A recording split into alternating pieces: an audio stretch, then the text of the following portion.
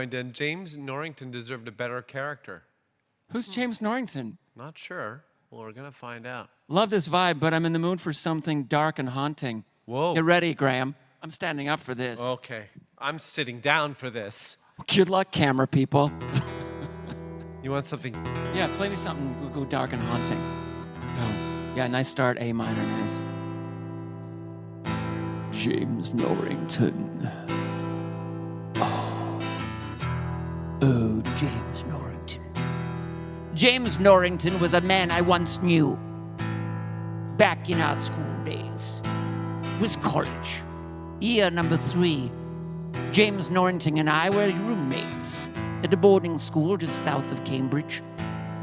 Every Saturday night, James Norrington and I would head on down to the local pub. Every Saturday night? Every Saturday night. Like everyone? Every Saturday night. James Norrington and I would head down to the local pub in Cambridge. Did you ever call him Jim? No, never. We're not heathens. He's James. That's his God-given name, James. However, one day someone came into the pub and said, "Hey, Jim Norrington." No, not Jim. Yes. His God-given name is James. It's James. His God-given name is James. So James slowly but surely turned his eye to the source of the sound, and James Norrington could not believe what he saw. Did he just turn one eye or both eyes? No, he had this unique ability to turn his eyes independently, so he turned his left eye, just his left eye, to the door. And what did James Norrington see? With his one eye, he had a super capability of turning one eye only, like a fish. Like a fish. He was still playing darts with the right eye. Still playing darts with the right eye. Still playing darts, shooting darts, and naming bullseye after bullseye after bullseye. But James Norrington's left eye had turned to the source of the sound, and the source of the sound was indeed James Norrington's great uncle. Great uncle? Who was lost at sea, or so it was told, 15 odd years ago. And he was the only person who could get away with calling James Norrington Jim Norrington. If he was gone for 16 years, could you say 16 odd years ago? What did I say? 15 years odd ago. So I'm just curious, if it was 16, could you say odd years ago? Because it's an even number. Yeah. So would it have to be 16 even years ago? Can you only say odd years ago if it's an odd number? I'm not sure. I feel like I've derailed the story. Go back to the uncle. So James, his one left eye looking at his uncle.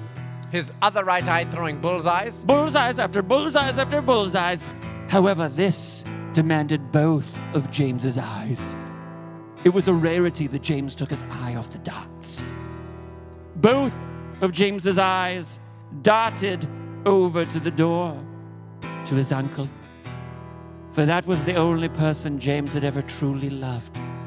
James slowly walked to the door and said, "Dear uncle." 140! Sorry, I just felt appropriate to say that. That's a mathematical score you can get by throwing like a triple 20 and... That's a dot score, 140? Yeah. Ooh, so 160! You can do that too. These were the numbers that were called out when James had turned both of his eyes to the source of the door. When he darted over to the source of the sound, which was his uncle at the door. Who'd been gone for 15 odd years. 15 odd years, not 15 even years. No, of course that'd be silly. That would be stupid. Wouldn't make sense. Wouldn't make any sense. And he walked slowly. How slow?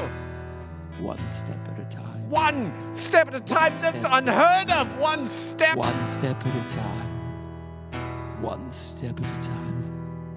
And then 2 steps at a time. No. 2, he's hopping. He was hopping. He was hopping his way there. He went up to 3 steps at a time. That's incredible. How do you do 3 steps at a time? At a time. He only has 2 legs. Oh, I understand.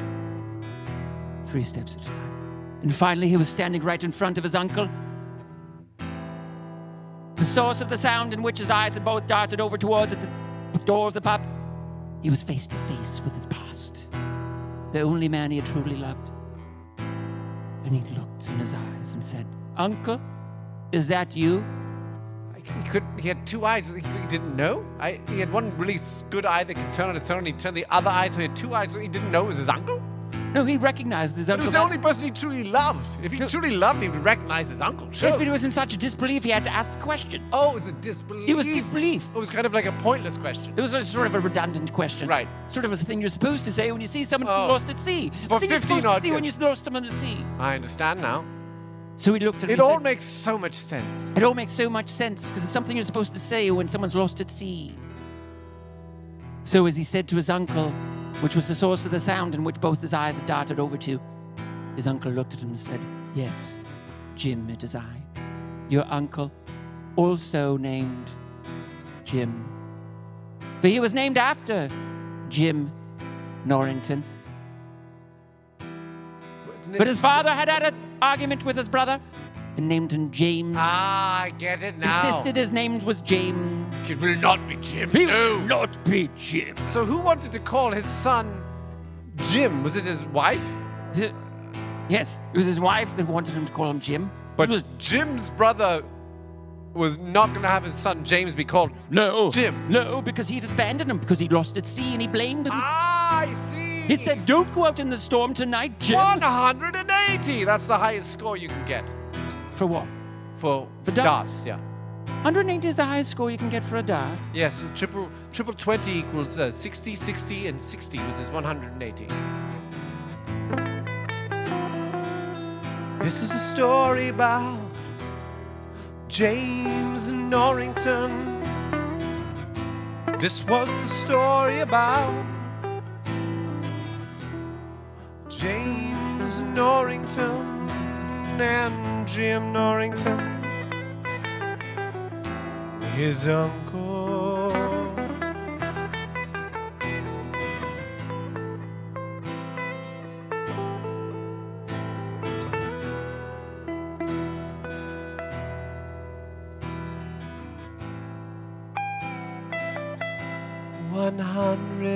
$180.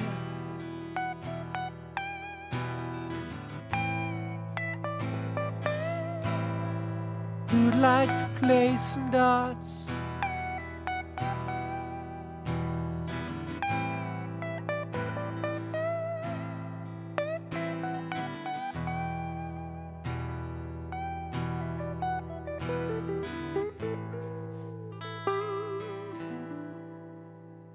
James Norrington.